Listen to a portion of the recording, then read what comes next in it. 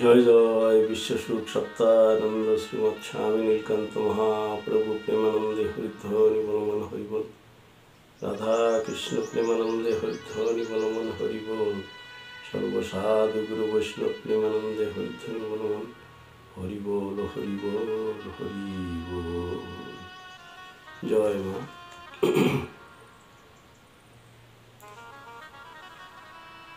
ঠাকুর সত্যানন্দের যত ভক্তবৃন্দ আছেন সকল ভক্তবৃন্দকে আমার ভক্তিপূর্ণ প্রণাম নিবেদন রইল। আশা করি আপনারা সকলেই ঠাকুরের কৃপায় কুশলে আছেন। ঠাকুরের প্রিয় পার্ষদ শ্রীমৎ নীলকান্ত গোস্বামী সুন্দর এবং শ্রীমা মাধুর্যময়ীর কৃপাও আপনাদের সকলের উপর বর্ষিত হয়েছে। আমিও চাই আমার গুরুদেবের কৃপা যেন সকলেই পান, কেউ যেন বঞ্চিত না থাকেন। ঠাকুরের অনেক ছোট ছোট লীলা আমাদের মধ্যে যা ঘুরতে থাকে, আমরা অনেকে সেগুলো লক্ষ্য করতে পারি, আবার অনেকে পারি না। আমরা বিভিন্ন দিকে বিচরণশীল মানুষ, তো কখন কোন দিকে থাকি, কখন আমাদের মন কোথায় ব্যস্ত থাকে তো জানা যায় না। তাই ঠাকুর যেভাবে চলতেন, যেভাবে বলতেন, তার মধ্যে দিয়ে যে সকল লীলা হতো ভক্তগণ ধরে রাখতেন। তেমনি একটা লীলা আজ আমরা দেখব। বাগদা আশ্রম তখন তৈরি হচ্ছে, সূচনা হয়েছে। এই ঘটনাটা আমরা পাই আমাদের শ্রদ্ধেয় দাদা মনত শিরার লেখা গ্রন্থের মাঝখান দিয়ে ঘটনাটা আমরা পেয়েছিলাম। সেই ঘটনাটা আবার জীবতরাতে সত্যানন্দ নামক গ্রন্থে গ্রথিত করেছি। এটা পাবেন জীবতরাতে সত্যানন্দ গ্রন্থের 103 নম্বর পৃষ্ঠায়। ঠাকুরের যত গ্রন্থ রয়েছে, ঠাকুরের লীলা সংক্রান্ত, বাণী সংক্রান্ত যত গ্রন্থ রয়েছে, যদি আপনারা ঠাকুরকে ভালোবেসে থাকেন, যদি সত্যই ঠাকুরের সেই মানবিকতার ধর্ম, মানবতার ধর্ম যদি আপনাদের গ্রহণ করতে ইচ্ছা করে, তাহলে ঠাকুরের এই বইগুলি আপনারা পাঠ করুন। যে মতে, যে পথে, যেখানেই আপনারা অবস্থান করুন না কেন, মানব জীবন তো, মানব জীবনে মানবিকতা অর্জন করাই হলো সবচেয়ে বড় কাজ। এই মানবিকতা অর্জন না করলে তার জীবনের কোনো দাম থাকে না। তাই সেই মানবতার ধর্ম, মানবিকতার ধর্ম প্রচার করতে ঠাকুর সত্যানন্দ প্রভু সুন্দর এসেছিলেন জগতে, এনেছিলেন সাথে করে কিছু ত্যাগ প্রাণ। স্বামী নীলকান্ত গোস্বামী, প্রভুপাদ, অসীমানন্দ ব্রহ্মচারী, রামানন্দ ব্রহ্মচারী, পবিত্রানন্দ ব্রহ্মচারী, বীরানন্দ ব্রহ্মচারী, কেশবানন্দ ব্রহ্মচারী, পূর্ণানন্দ ব্রহ্মচারী, এমনি অসংখ্য মহাপুরুষ, মধুসূদন গোস্বামী, এমনি অসংখ্য মহাপুরুষ জগতে সঙ্গে করে এনেছিলেন। এনে লীলার আসর পাতিয়েছিলেন। ভগবান যখন আসেন তখন তার পরিকর বর্গকে সঙ্গে নিয়েই আসেন, তেমনি এসেছিলেন।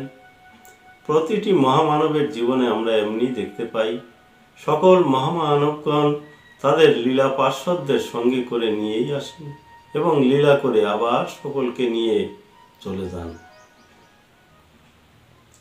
তাই তো ঠাকুর সত্যানন্দ পরমহংসদেব যেদিন চলে যাবেন, ঠিক তার আগের মুহূর্তে বলেছিলেন যে একসঙ্গে অনেকগুলো মানুষ আইসালাম, দেশি ভাষায় কথা বলতেন তো, একসঙ্গে অনেকগুলো মহামানব আইসালাম, একে একে সবাই চলে গেল, থাকলাম কেবল আমি। এইটুক বললেন, একটু রেশ রেখে গেলেন, থাকলাম কেবল আমি। কিন্তু উনি তো আর থাকলেন না, কয়েকদিনের মধ্যেই তিনি চলে গেলেন। এই যে মহামানবের রথ, এই মহামানবের রথ ধরে যদি কেউ পথ চলতে থাকে তার জীবনটাও মধুময় হয়। একটা ঘটনা মনে পড়ে, আমি পেয়েছিলাম জটজঙ্গা গ্রামের শ্রী বরুণ সাধু মহাশয়, তিনি আমাদের বাড়িতে এসেছিলেন, এসে কথাটা বলেছিলেন। পোড়াকান্দির লীলা, লক্ষ্মীখালির গোপাল সাধু, তিনি যখন নদী দিয়ে যান, বাচ্চারা স্নান করে ঘাটে, কেউ কেউ যে ভাবে যে একটু নৌকাখানা ছুঁয়ে দিয়ে আসি, এটা বাচ্চাদের খেয়াল, এখানে কোনো ভাবুক দৃষ্টি বা সাধক দৃষ্টি এসব কিছু নয়। ওই বাচ্চারা সাঁতার দিয়ে গিয়ে নৌকা ছুঁয়ে আবার ফিরে আসে। এক সময় গোপাল কর্তা কি খেয়াল এলো, তিনি বলে ফেললেন যে এই গোপালের নৌকা কে ধরছিস রে, ভালো করে ধর, ঠিক মতো ধর, গোপালের নৌকা যদি ধরে থাকিস ঠিক মতো ধর। এই সকল মহামানবের তুলনা হয় জগতে।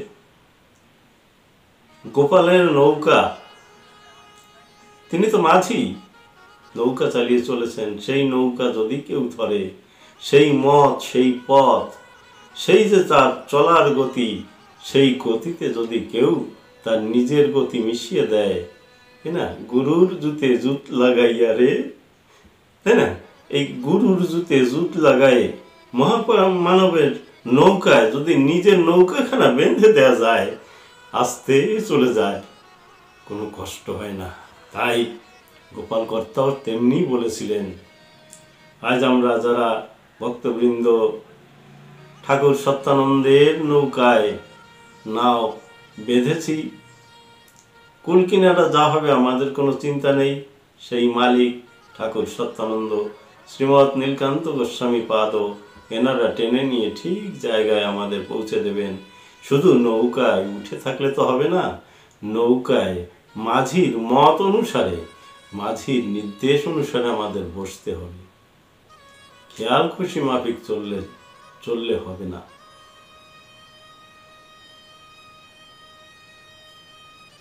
চোখের দেখা দেখলি শুধু, মনের দেখা দেখলি না রে, যে কথাটা আমি একটা ভিডিও বলেছিলাম। তাই আমরা চোখের দেখা দেখছি, অহরহ চোখের সামনে কত কিছু ঘটছে দেখছি, কিন্তু মনের জায়গায়, মনের মাঝে জিনিসটাকে রাখছি না। ঠাকুরের লীলাগুলি আমাদের চোখের সামনেই ঘটেছিল, সেগুলোকে আমরা অনেকে দেখেছিলাম, কিন্তু মনে রাখিনি। এই মনে রাখাটাই হলো মনের দেখা। যাই হোক, ঠাকুরের যে কথাটা আমি বলতে যাচ্ছিলাম, বাগদা আশ্রমের ঘটনা। বাগদা আশ্রমে তখন মাটি কাটা চলছে, মাটি কেটে ভিতটাকে একটু উঁচু করতে হবে, কেবল শুরু। জিতেন বিশ্বাস নামে এক ব্যক্তি, ঠাকুরের একজন প্রিয় ভক্ত, তখন যুবক বয়স তার। তা এই ছেলেগুলো এসে মাঝে মাঝে কাজ করতো আশ্রমকে সাজিয়ে গুছিয়ে নেওয়ার জন্য তারাও একটুখানি অংশীদার। যাই হোক, সকলে কাজ করতেন। এখন একদিন কাজ করছেন, করতে করতে বেলা প্রায় দুপুর হয়ে গেছে, একটা ঘোড়া এসেছে সেইখানে চড়তে চড়তে, বাইরের থেকে একটা ঘোড়া এসেছে। তা বলে চলো সবাই মিলে ঘোড়া চড়তে হবে। রাজারা ঘোড়ায় চড়তো, আমরা চড়তে পারি না, ধরো। তাড়িয়ে সবাই মিলে সেই ঘোড়াটাকে ধরে সেই ঘোড়ার উপরে উঠলো। ঘোড়া তো দৌড়াচ্ছে, লাফালাফি করছে, করতে করতে এক একজন চিৎকার হয়ে পড়ে যাচ্ছে ঘোড়ার পিঠ থেকে। এইবার অভিযোগ কার উপরে? না, ঠাকুর সত্যানন্দের উপরে। গোসাই কি, তা এই যে আমরা একটু এত কষ্ট করে ভাবলাম একটু ঘোড়া চড়বো, তা সেই ঘোড়ার পিঠে যেই উঠি সে লাফ টাপ দিয়ে আমাদের ফেলে দেয়। তা তোমার আশ্রমে আর কাজ করতে আসবো না। বলতে ঘোড়ায় ফেলে দেয়, তুই ঘোড়ার পিঠে যে উঠছিস, তাই আশ্রমের সঙ্গে তোর কি হলো?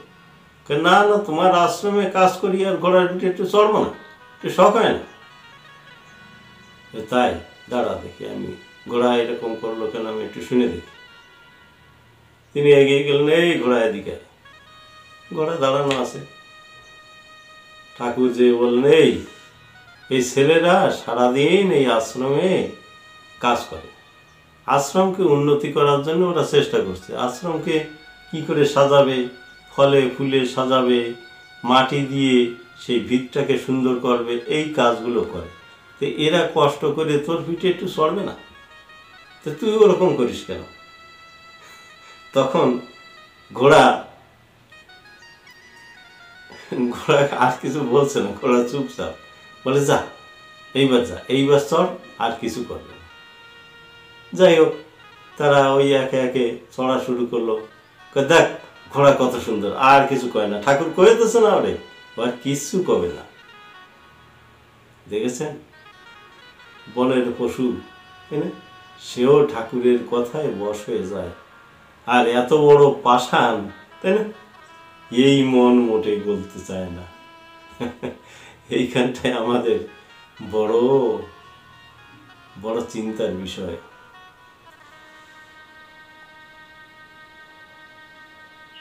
মন পাষাণ গলল না কোনোদিন।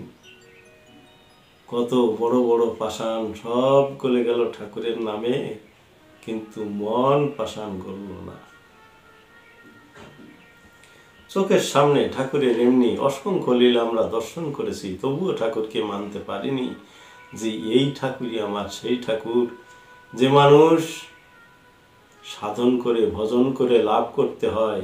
সাধন ভজনবিহীন জীবনে আমরা লাভ করেছিলাম। ঠাকুরের অযাচিত করুণা আমাদের পরে বর্ষণ করে দিয়ে তিনি আমাদেরকে দেখা দিয়েছেন, আমাদের কাছে ধরা দিয়েছেন, আমাদের কাছে এসে সঙ্গ করেছেন, আমাদেরকে কাছে নেওয়ার জন্য কত ছলা কলা করেছেন। তবুও এই পোড়া পাপিষ্ঠ মন ঠাকুরের কাছে যেতে চায় না। এর চেয়ে আশ্চর্য আমার মনে হয় জগতে আর কিছুই নেই। যুধিষ্ঠির মহারাজ যে আশ্চর্যের সম্মুখীন হয়েছিলেন ধর্মরাজের কাছে গিয়ে, আমার মনে হয় তার চেয়ে এই আশ্চর্য আরো বোধহয় আশ্চর্য। যাই হোক, জিতেন বিশ্বাসের এমনি ঘটনায় আমরা কি শিক্ষা পেলাম? যে ঠাকুরের কাছে গেলে আমাদের মধ্যে যে পশু, বাঘ, ভাল্লুক, জীবজন্তু সব বাস করে, এইগুলো মনে হয় সব ধীরে ধীরে বশ হয়ে যায়। এটাই ঠাকুর আমাদেরকে তার লীলার মারফত শিক্ষা দিলেন। লীলা ছোট্ট, কিন্তু শিক্ষা বৃহৎ।